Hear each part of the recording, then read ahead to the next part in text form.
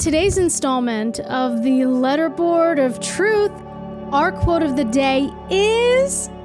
spit on it. After an interview with Sebastian Stan for Variety in June 2022, actress Jennifer Aniston came under fire after claiming that most influencers rise to fame for doing nothing, which in her opinion is having a negative effect on the entertainment industry. And it's really hard. I always say I feel so lucky that we got a little taste of the industry before it became what it is today, which is just different. More streaming services, more people. You're famous from TikTok, you're famous from YouTube, you're famous from Instagram. It's sort of, it's almost like it's diluting the actor's job. That might be true to a certain extent, but I'm sorry. If not one, but both of your parents have Wikipedia pages, I don't want to hear you complain about others getting famous for doing nothing. Sorry, maybe that was out of pocket. I get defensive when it comes to my line of work. I don't break my back each day scouring TikTok and Twitter for video ideas until 5:19 p.m. just to be invalidated like this. Is what I thought until Hawk Tuah began clogging my feed every day for the past month, and now I'm like, you know what, Jenny? Go off. Kidding, kinda. I'm all for women's rights, women's wrongs, and everything in between. However, I'm still baffled by how this drunk party goer became Gen Z's Dolly Parton faster than you can say Hawk Tuah. But she's far from the first regular person to be turned into an internet celebrity overnight, so what makes her any different from the Damn Daniels and Antoine Dodsons of the world? How is going viral then different than going viral now? And why can no one be normal about the Hawk Tuah meme? Let's discuss. Besides sounding like a phrase in Simlish, what the f is a Hawk Tuah in the first place? The infamous soundbite comes from a Man on the Street interview from Tim and DTV. And in the name of investigative journalism, they asked various young women on the streets of Nashville what they think makes a man go crazy in the bedroom. Now, these interviews were filmed outside of a bunch of bars, so I don't think it's a stretch to say that most, if not all, these women were drunk, hence why many of them were rather candid. So what I do is when I sit on the and I spin around with it still inside. Spinning like a Beyblade is crazy. I love that for her though. Hawk Tuah this, Hawk Tuah that. Can Miss Beyblade USA finally get her flowers? Anyway, one of the women to be interviewed was the Hawk Tuah girl, who we later learned is 21-year-old Haliey Welch from Belfast, Tennessee. Dee, the dude in the red hoodie, approached Haliey and her friend Chelsea to get their insight. Initially, Haliey was in La La Land, seemingly intoxicated, and Chelsea had to bring her back down to earth. What? When asked what she does to make a man go crazy in bed, well, we know what happens next. Oh, you gotta give him that Hawk Tuah and spit on that thing, you get me? Hawk Tuah! Obviously, she's referring to... how do I explain this? When a man and a woman love each other, blowjobs. The thing in question she's spitting on is a dick. She's talking about sucking dick. Speaking of sucking, you know what else sucks? People exploiting your sensitive data. Just look up you or your loved one's legal name right now. You might be surprised at how much of your private information is out there for the world to see. Like your home address, phone number, medical records, basically anything you'd want to keep to yourself. Take what happened with AT&T as an example. Recently, AT&T admitted that all their customers' call and text records were exposed in a massive data breach, along with 70 million of their users' social security numbers ending up on the dark web. The stolen logs also contained a record of every number their customers called or texted, so even if you're not an AT&T customer, if you texted someone that is, then your number has also been exposed. But this is what data brokers do.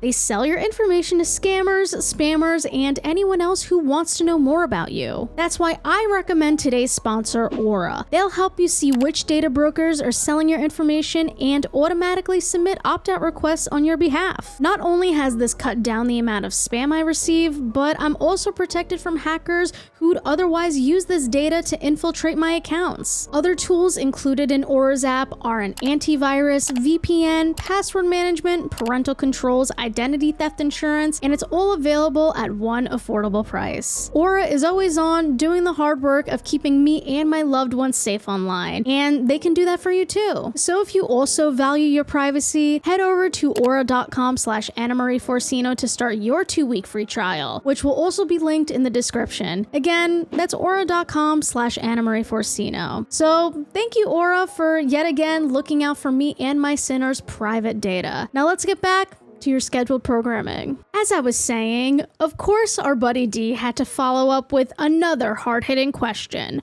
Right up there with gay son or thought daughter, this is one of life's greatest conundrums. Would you rather have back shots for the rest of your life or missionary for the rest of your life? You can only choose one. Back shots. And I'm happy to inform you that Haliey is in fact team back shots. Yeah. Yeah, I don't like that. It's a I'm little not bit a too pillow intimate. princess, A little bit you too get me? intimate. Okay, I got you. Yeah, What I'm not about a you? pillow princess. Wait, I don't think that's what a pillow princess is. It's fine. It's fine though. I'll let it slide. See, now I'm just nitpicking. Haliey's interview was included in Tim and Dee's YouTube video from June 20th, which has since accumulated 6 million views and doubled their subscriber count. But the Hawk Tuah clip was uploaded 10 days earlier to Tim and Dee's other social media pages, and on Instagram alone, their reel accumulated 9 million views in the first week and garnered millions more as people reposted and memeified it.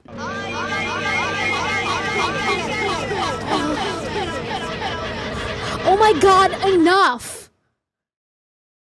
I firmly believe that a single Hawk Tuah meme would send a pilgrim into cardiac arrest. One take on this trend that caught my eye was this TikTok of a wife filming with her husband, and the caption was something along the lines of, "Oh, how did you get your man to propose to you? How did you win him over?" with the Hawk Tuah sound effect, and it was hilarious.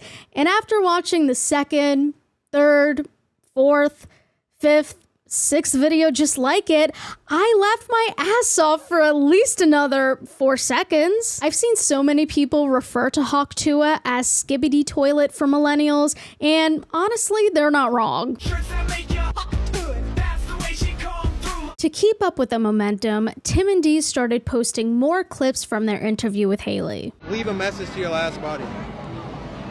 I love you, Pookie, forever. They must have been doing the right thing. What can I say? Bit the cobwebs off this thing. Oh, Lord. While it's not my sense of humor, I could see why the Hawk Tuah meme has blown up so much. She's a pretty young woman with a charming southern accent telling sex jokes with her full chest. But the internet is the internet, and people managed to run this meme into the ground in record time. I could look past the dog remixes and tacky counterfeit merch, but the several Hawk Tuah tattoos I came across, now that sent me over the edge. I guess I should say Hawk Tattooas. All right. This one I thought was kind of funny, but this one's just straight up disrespectful. It's one thing to get a meme permanently etched onto your body. It's another thing to have it turn out f***ing horrible. How did the artist manage to make Haliey look like a turtle in a wig? She doesn't deserve that. I fear this person needs to amputate their limb. There's no other option. However, users, as in creepy men who've never experienced the pleasure of a woman's touch, were trying to find the woman behind Hawk Tuah. And with all the fake accounts circulating, the job seemed nearly impossible. So of course, the rumor mill began churning. A viral Facebook post from June 22nd claimed that the Hawk Tuah girl, 23-year-old Haliey Wellington of Ripley, Mississippi, lost her job as a preschool teacher at the Epstein Day School because her students were now spitting on each other, and in response, Miss Wellington was going to pursue legal action on the grounds of discrimination. Another source speculated that the Hawk Tuah girl was a preacher's daughter and her father disowned her after she went viral. But Haliey's identity was confirmed in a photo posted by Jason Petit, the owner of a family-run clothing brand in Tennessee called Fathead Threads. Jason announced that he and Haliey were working on her first official line of merch, trucker hats. For example, Tim and DTV were profiting off her likeness between the ad revenue and their new line of Hawk Tuah merch. However, Fathead Threads sold around 2,000 hats in the first few days, and at $32.78 apiece, they made a minimum of $65,000, which Haliey will be receiving a cut of. Though Hawk Tuah was an overnight success, most people expected Haliey to meet the same fate as the memes who came before her. In my mind, it's like every former meme subject is sent away once their 15 minutes of fame is up. Kind of like the island of misfit toys, except it's just Bad Luck Brian and Viners we haven't heard from since 2016. So naturally, Haliey quit her day job. On one hand, I get it because I think a lot of us would jump at this opportunity. Plus, I also quit my day job to do social media full time, so who am I to judge? But also, don't you think you're jumping the gun a little bit? Like, calm down, Beyonce. You've been famous for what, 2 seconds? However, it seems her decision has paid off thus far. Haliey already has an entire team behind her who have been working overtime to milk the Hawk Tuah meme for all it's worth. I mean, protect and educate her. But I'll give credit where credit is due. One of the first things Haliey's management did was get her in touch with a trademark attorney. All jokes aside, that was a good call. It was also rumored around that time that Haliey was moving to LA and being signed to UTA, one of the most prominent talent agencies that represents huge stars like Cardi B, Will Ferrell, Leslie Jones, and also Matt Rife. However, both Haliey and the United Talent Agency have denied these claims. Haliey said that she wants to stay in Tennessee with her grandma. I mean, can't leave Granny behind. But now, Haliey's raking in 5 figures per public appearance. Allegedly, she made somewhere between $20,000 to $30,000 to judge a bikini contest. I mean, for $20,000, $30,000 a pop, I would Hawk Tuah whoever and wherever you need me to. Just drop the location. This also explains why huge news outlets have been covering her story and why she's been hanging out with Shaq and performing on stage with country singer Zach Bryan in front of 69,000 people. So if you didn't know who the Hawk Tuah girl was before, you certainly did now, and viewers wanted more. And more is what they got when Haliey's first ever podcast appearance on Plan Brie Uncut, hosted by Brianna LaPaglia, premiered on July 1st. What's funny about this interview was that both women emphasized that Haliey doesn't strictly want to be known as the Hawk Tuah girl, only for Brianna to exclusively ask about the Hawk Tuah meme. Do you want to still be the Hawk Tuah girl, or do you want to, like... I don't really want that to be like my image. Yeah. Like, Hawk Tuah girl. I don't see that being like my thing. You know? Yeah, I don't want to be known as that. Was there a part of you that was like, I don't want to be known as the Hawk Tuah girl? Yeah, there was a big part of it. And then they started spelling my name wrong and making like accounts of me, which they got pictures off all my friends' like social medias and stuff like that. And which it's kind of creepy seeing your face on another account that don't belong to you. You're like. With all the gossip from the past few weeks, Haliey used this as her opportunity to dispel the rumors regarding her personal life. Not a school teacher. That was my next question, because everyone said that bartender. you were a teacher and got fired from your job. No, I'm not even old enough to be a teacher. I was going to say, because you're 21, I'm like, this is illegal. Who are you teaching? Exactly. So you weren't a teacher. Or a bartender. So either one. And also, I've heard rumors that your dad is a preacher. My father is so far from a preacher, it's crazy. She confirmed that she actually used to work at a spring factory. And I know what you're thinking. Spring factory? Don't we have Mother Nature for that? I cracked myself up. Then Haliey revealed that despite deleting her social media months prior, fans, see also men, still managed to find her old Visco account, Snapchat, and even her friends' social media accounts. First thing they found me on was Visco, so I got rid of it really quick. Because who the hell gets on Visco? Yeah, that's from like and middle then school. They started sending me messages on there, and I was like, that's disgusting. So I deleted it and got rid of everything on there. And I think they got a few pictures off before I deleted it. But everything else, I was like, well, they're not going to find my Snapchat.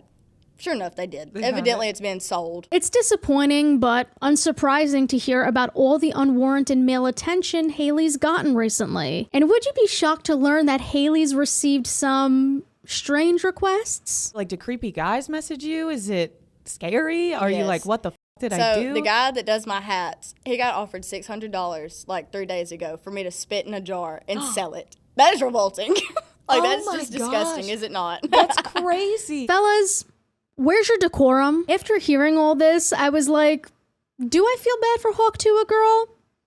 I think I feel bad for Hawk Tuah girl. Let me be clear though, I never disliked Haliey. The meme was a mild knee slapper at best, but Haliey seems like a fine gal. She reminds me of one of those nice drunk girls you run into in the club bathroom. But what happened to just laughing at a funny meme? Like, just because this woman told a raunchy joke doesn't mean you can demand adult content from her now. Nothing wrong with making adult content, of course, but when Haliey has stated on more than one occasion that she's not interested, that's when it becomes an issue. Am I really making an OnlyFans? That's false. I'm not comfortable doing that, ever. Did I really turn down Playboy? That is true. They reached out to my friend Chelsea wanting to include us in some of their stuff, and we turned it down. So that's true. Stop asking me for the link in bio for my OnlyFans. I don't have an OnlyFans, and there will never be an OnlyFans. I just make funny jokes. That's all I do. Yikes. I mean, at least no one's asking her for feet pics. They want pictures of my toes. They want pictures of your toes? I don't want to sell pictures of my toes. No way. I mean, can we see you doing like some kind of OnlyFans for your toes or no? No, that's not a thing for you. No. I don't know how many times Haliey has to spell it out for you freaks, but just leave the poor girl alone. Anytime a conventionally attractive woman goes viral, 9 out of 10 times the default response from men is to objectify and harass her. Yet, why do I feel like these are the same guys who shame women who choose to go into sex work? Odd. Hey, so, quick update on that. As of Thursday, July 25th, Haliey has officially joined Fanfics, which is apparently an OnlyFans competitor, but she claims that she will not be posting rated R content. Instead, she wants to share more about her life and offer dating advice for only $7.99 a month. Just what we need, a new subscription service. From what I can see, she's been sharing previews of a recent photo shoot, but for the posts you have to pay to unlock, they all have pretty suggestive captions in my opinion. It's probably clickbait to get people to pay the $5, but I hope this doesn't make Haliey feel pressure to release NSFW content down the line. If she chooses to, that's fine, but from what we've seen, she doesn't really seem comfortable with it. Time will tell, I guess. Okay, love you. Back to the vid. We should have known this meme would be co-opted by the boys when the main joke to come out of this was, if she don't Hawk Tuah, I don't talk to her. Man, if she don't Hawk Tuah, I don't want to talk to her. Unfortunately, this is the kind of humor that appeals to a corner of social media that journalist Matt Reed calls the Zinternet. The name derives from the popular nicotine brand Zyn that's been endorsed by the likes of only the greatest, such as Tucker Carlson and Marjorie Taylor Greene. But the Zinternet refers to a side of social media mostly made up of guys in their 20s who still go to high school football games, guys who think Barstool Sports is peak comedy, guys who really want you to invest in their new coin and they swear that your investment will pay off. Am I painting the picture for you? I can only imagine how many frat bros have sent the Hawk Tuah meme in their fraternity group chats. And it just so happens that the Zinternet leans more conservative. Wow, did you really think a video about a sucking meme wasn't gonna get political? You must be new around here. The Zinternet almost turned on Haliey at first because she said she was anti-Trump, supposedly. Let me give you some context. So at the end of her episode on Plan Brie Uncut, Brianna asked Haliey which male celebrity she would give the old Hawk Tuah, and one of those celebrities was convicted felon Donald Trump. Donald Trump. No, absolutely not. No. It's a no from me. Okay, it's no. Both the right and the left took this as a political statement, but Haliey has since clarified that she is uninterested in politics, and who you vote for is none of her business. I don't want to be in the middle of it. Whoever you want to be president, that's your business. What's my opinion to you? And I was talking about looks-wise. Donald Trump, I'm sure you're a nice man, but you ain't getting the hawk from me. He's old enough to be my granddaddy. So interpret that how you will. Apparently, this was good enough for Haliey to be back in the Zinternet's good graces. We were born too late to explore Earth, too early to explore space, but just in time to purchase Hawk Tuah and MAGA merch at the same establishment. What a time to be alive. You better not show up wearing that MAGA hat and Hawk Tuah shirt. Oh, With all this press, people can't help but wonder where Miss Hawk Tuah will go from here. For starters, Haliey's trying to beat the 15 minutes of fame allegations by opening her own LLC called 16 Minutes. See what she did there? And now she has her own official merch line. And unfortunately, most of it goes really hard. Never did I ever think I'd be tempted to buy a sweatshirt with a blowjob reference on it. But here I am. It's Brat summer now, but we might have Hawk Tuah autumn on our hands in a few months. According to Haliey's manager, Johnny Forster, her merch has made around $300,000 as of a couple weeks ago, and I'm sure the number's doubled by now, at least. Listen, I'm manifesting that same success for my own merch drop in a few weeks.